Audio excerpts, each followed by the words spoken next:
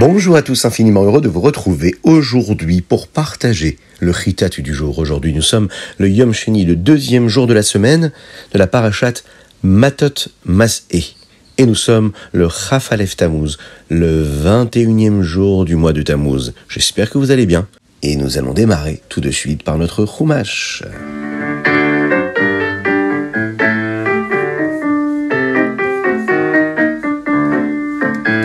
Dans le Chumash d'aujourd'hui, nous apprenons ce qui s'est passé après la guerre avec les Midianim. Moshe Rabbeinu n'était pas très content du comportement des bénis Israël, du peuple juif, parce qu'en fait, les soldats, eux, n'avaient rien pris à Midian. Mais d'autres personnes ont essayé de le faire. Vous vous en souvenez ? Moshe Rabbeinu avait demandé aux bénis Israël de ne surtout prendre aucun butin, de ne pas faire l'erreur qu'ils avaient fait contre Sichon et Og. Oui, parce que c'est ces erreurs-là, d'avoir pris toute cette richesse matérielle qui les avait malheureusement amenés à faire les fautes avec les filles de Midian. Donc cette fois-ci, il leur a demandé de ne rien prendre. Et c'est ce qu'ils vont respecter. Mais il y a quand même des personnes qui vont essayer de le faire et de prendre quelque chose. Alors, Moshe, Elazar et les Nessiim, les chefs des différentes tribus, sont sortis à leur rencontre. Moshe était très en colère qu'ils aient laissé, par exemple, les femmes et les enfants en vie. Ce sont les femmes qui ont incité les bénis Israël à commettre les avérotes. Et elles auraient pu encore une fois les pousser à en faire d'autres. Il va donc leur demander de ne pas les laisser en vie, que ce soit les garçons, que ce soit les femmes qui étaient en âge de se marier. Ce qui nous emmène au deuxième sujet que nous abordons dans le Chumash aujourd'hui. Il fallait maintenant aller purifier ces bénis Israël, là, ces soldats qui avaient combattu et qui s'étaient donc rendus impurs à travers ce combat-là. Et il leur demande d'utiliser, Moshe Rabbeinu, la para adouma, la vache rousse, afin de se purifier. Et Moshe était tellement en colère par tout ce qu'il avait vu, et qu'il est arrivé même à en faire une erreur. Il pensait que, étant donné que la vache rousse a la possibilité de purifier, elle pourrait aussi cachériser ces hommes-là. Puisque la vache rousse purifie une personne qui est impure parce qu'elle a touché une personne qui n'est pas vivante, eh bien elle aura aussi la possibilité de cachériser ces soldats-là qui sont partis au combat. Et c'est pour cette raison que Elazar à Cohen, le grand Cohen Gadol, lui va venir à la rencontre de ces soldats-là et puis il va leur expliquer un petit peu toutes les règles et leur rappeler les détails qui constituent ces règles-là de la para adouma. Il leur rappelle par exemple que la para adouma elle peut rendre tahor pur ainsi que tout ce qui a été touché, les objets qui ont été touchés dans une maison dans laquelle il se trouvait une personne non vivante. Mais cela ne suffit pas. Parce que si c'est un ustensile que l'on doit utiliser, par exemple, pour de la nourriture, pour cuisiner, eh bien, il y a des lois bien définies et bien précises à respecter pour rendre cachère et pour rendre pur cet ustensile. Par exemple, on va cachériser, si c'est une casserole ou tout autre objet, avec le feu. Le feu à vraiment haute température, mais également ce que nous pouvons faire quand on cachérise un kéli, un récipient que nous avons acheté. Prenez la vaisselle par exemple, aujourd'hui, nous avons besoin de prendre cette vaisselle-là et de la tremper au mikvé, ce qu'on appelle tvilat kelim. Tremper cette vaisselle au mikvé, c'est de cette façon-là qu'elle se rend pure et qu'elle est utilisable, elle est cachérisée. C'est ce que Elazar à Cohen, le grand Cohen Gadol, va leur enseigner, va leur rappeler. Il va d'ailleurs aussi leur rappeler qu'il était très important d'aller au mikvé, de se tremper au mikvé avant de rentrer encore une fois dans le Mishkan après avoir vécu ces combats-là de guerre contre les ennemis du peuple d'Israël. Il y a un autre sujet que nous abordons aujourd'hui dans la paracha, c'est le partage. Le partage de tout ce que les soldats avaient rapporté de ce combat-là. Il fallait partager ce butin. Tous les animaux et les personnes devaient être partagés. La moitié pour les soldats et la moitié pour tout le reste du peuple juif. L'argent, les ustensiles et d'autres objets devraient revenir, eux, aux soldats. Les soldats, eux, devraient payer un impôt pour Hachem à partir des animaux qu'ils avaient reçus ou bien des personnes, 1 sur 500. Moshe, par exemple, a donné cet impôt qui s'est élevé, écoutez bien, à 675 moutons, 72 vaches, 61 ânes et 32 personnes. À qui ? À Elazar, comme Hachem l'avait demandé à Moshe. Les bénis Israël devaient également payer un impôt sur ce qu'ils avaient obtenu. 1 sur 50. Et Moshe a donné cet impôt-là qu'il avait reçu aux Lévi'im. Ensuite, les officiers responsables, qui eux étaient responsables des soldats, sont venus voir Moshe. Ils voulaient offrir aussi un cadeau à Akadosh Baruch Hu pour le remercier de ce que chacun avait pu recevoir. Et surtout, qu'aucun des soldats juifs n'avait été tué pendant ces combats. Et aussi en forme de kapara, de pardon pour toutes les mauvaises pensées qu'ils avaient pu avoir et qu'ils ont pu avoir et même faire au moment où ils ont fauté avec les filles de Midian. Ils ont donc offert un présent qui était représentant de tous les bijoux en or des femmes qu'ils avaient pris à Midian. Cela s'est avéré être une somme assez conséquente. 16 750 shekels d'or. Et Moshe et Elazar l'ont apporté dans le Mishkan.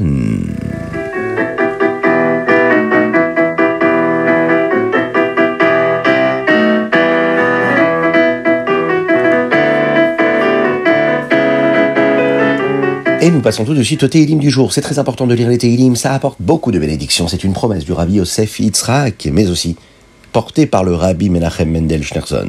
Lire les Téhilim du jour aujourd'hui, du 104 jusqu'au 105 inclus. Donc, le Kouf Dalet et le Kouf E. Nous sommes aujourd'hui le 21e jour du mois de Tammuz. Dans le Téhilim, dans le chapitre 104, il y a un verset qui est très joli. Il dit « Marabou ma'asecha Hashem ». Quelles sont magnifiques et nombreuses tes actions et tes créations, Akadosh Baruch Hu, Dieu. Vous imaginez un petit peu comment elles sont belles les œuvres de Dieu. Marchez un petit peu dans une forêt, dans un jardin, regardez les fleurs, regardez les feuilles des arbres qui tombent ou qui restent encore sur les branches. C'est magnifique, les nuances de couleurs, de taille, c'est juste extraordinairement beau. Prendre conscience que c'est Dieu qui crée tout ça. Alors, il y a de nombreux Mahamarim de Chassidut, c'est-à-dire des discours chassidiques qui expliquent ce verset.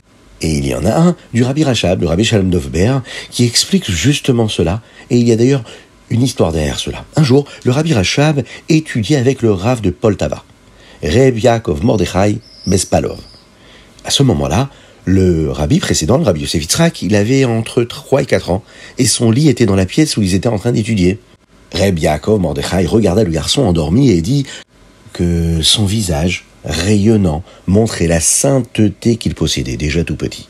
Lorsque le Rabbi Shalom Dovber entendit cela, il eut envie d'embrasser son fils, comme un papa veut embrasser son fils. Mais il se retient. Et il écrivit plutôt à la place un Mahamar de Chassidut très profond, qui est appelé Marabou Ma'asecha Hashem. Quelles sont belles tes œuvres, Hashem.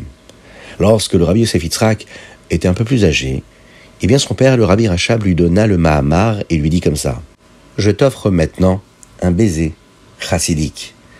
Plusieurs années plus tard, il lui a raconté toute cette histoire. On l'imagine, oui, on peut embrasser un enfant, mais on peut lui offrir aussi quelque chose de magnifique, de spirituel.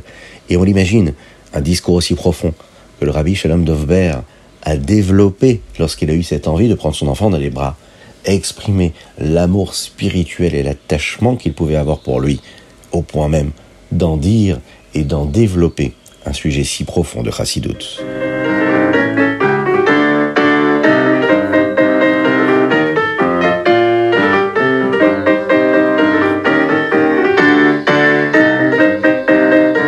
Et nous passons tout de suite au Tanya du jour. Aujourd'hui, nous sommes dans le 7e chapitre de la Eigeret HaTeshuvah. Aujourd'hui, le Rabbi Shneor Zalman nous explique ce qui se passe en spiritualité lorsqu'un juif commet une avéra.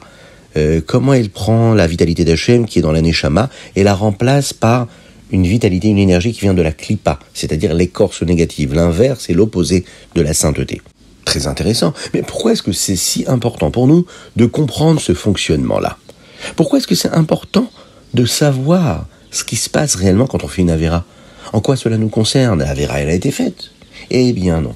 Il faut savoir que prendre conscience de cela, ça nous donne la possibilité de faire teshuva comme il faut, et de regretter et de revenir vers Dieu de manière vraie et de manière durable. Nous devons comprendre à quel point une avéra est grave. Il y a 2 choses auxquelles nous devons toujours réfléchir pour nous assurer que notre teshuva est une bonne teshuva qui va durer. La première, c'est d'avoir de la rachmanut pour notre propre neshama, c'est-à-dire d'avoir pitié de notre âme, de penser à quel point il est difficile pour l'âme, qui elle est une partie d'Hachem, de venir dans ce monde, et d'avoir besoin d'énergie et de vitalité qui proviennent de la touma, de l'impureté. C'est une souffrance pour l'âme. Et la deuxième chose à laquelle on doit penser, c'est d'avoir un lev nishbar. Lev nishbar, c'est un cœur qui est brisé. Le cœur doit ressentir réellement le mal pour ce qu'il a fait. Une façon de faire cela, par exemple, c'est de jeûner, de faire ressentir de la douleur au corps. Attention, de nos jours, nous n'avons pas l'habitude de jeûner pour cela, parce que notre corps n'est pas aussi fort qu'il pouvait l'être dans les générations précédentes. Nous pouvons plutôt prendre un moment chaque nuit, avant Tikkun Chatzot, vous savez, cette petite prière que nous faisons à la moitié de la nuit, en général c'est vers 2h moins quart du matin, si on est en dehors d'Eretz Israël, pour réfléchir à ce que nous faisons lorsque nous commettons une avéra. Comme l'explique le Admor HaZaken dans le Tanya aujourd'hui, eh bien cela nous fera ressentir terriblement du malaise pour toutes ces fautes que nous avons pu commettre, et ça nous donnera envie de ne pas du tout, encore une fois, faire une avéra le lendemain matin, quand on se réveillera, si Dieu veut.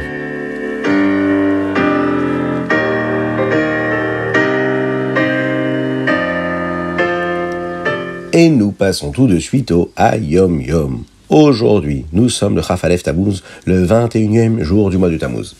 Il y a une partie de spiritualité dans le Beth Amikdash de chaque juif. Vous le savez, Ve'asun Mikdash Ve'shachantim Betocham, c'est-à-dire qu'il y a le Beth Amikdash que nous allons retrouver très bientôt, le 3e Beth Amikdash avec la venue de Mashiach. Mais en attendant, on a tous un petit Beth Amikdash en nous.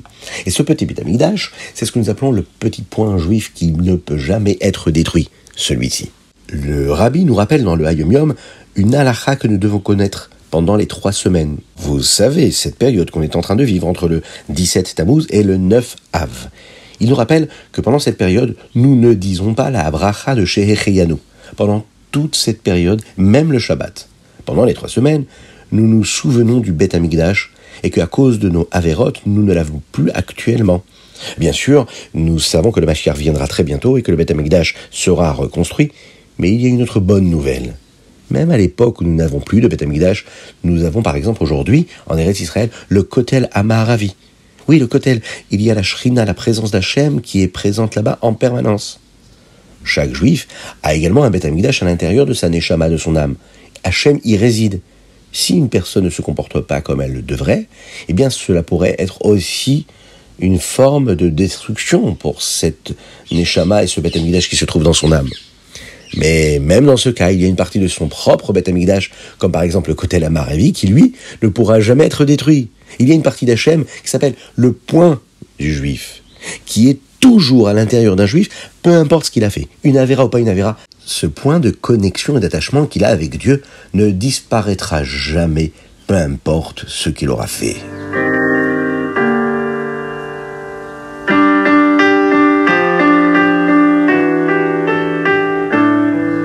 Et nous passons au Rambam du jour. Nous sommes toujours dans les Ilchot Girushin.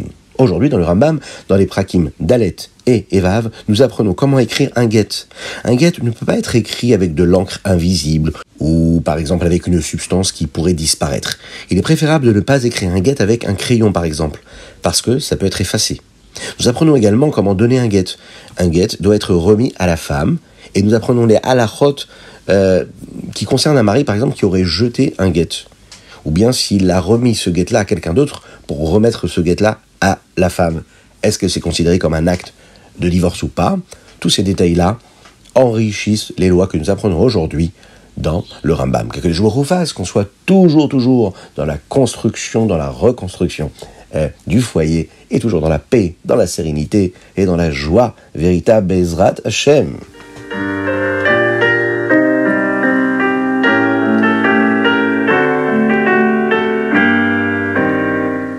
Et voilà, c'était le Chitatu du jour. J'espère que vous avez passé un bon moment. Je vous invite à partager, à vous abonner aux différentes chaînes sur YouTube, sur Spotify, sur Google Podcast, sur Podcast sur Apple. Vous avez ça sur toutes les plateformes. Alors, faut profiter pour diffuser cela avec vos amis. Partagez cela. Envoyez-nous vos dédicaces. Aujourd'hui, nous avons étudié pour la Refoua Shelema la guérison totale et complète de Avraham Nissim Ben Sultana. Envoyez vos dédicaces pour souhaiter un Mazal Tov, souhaiter une bonne nouvelle, offrir tout simplement une dédicace à une personne que vous aimez.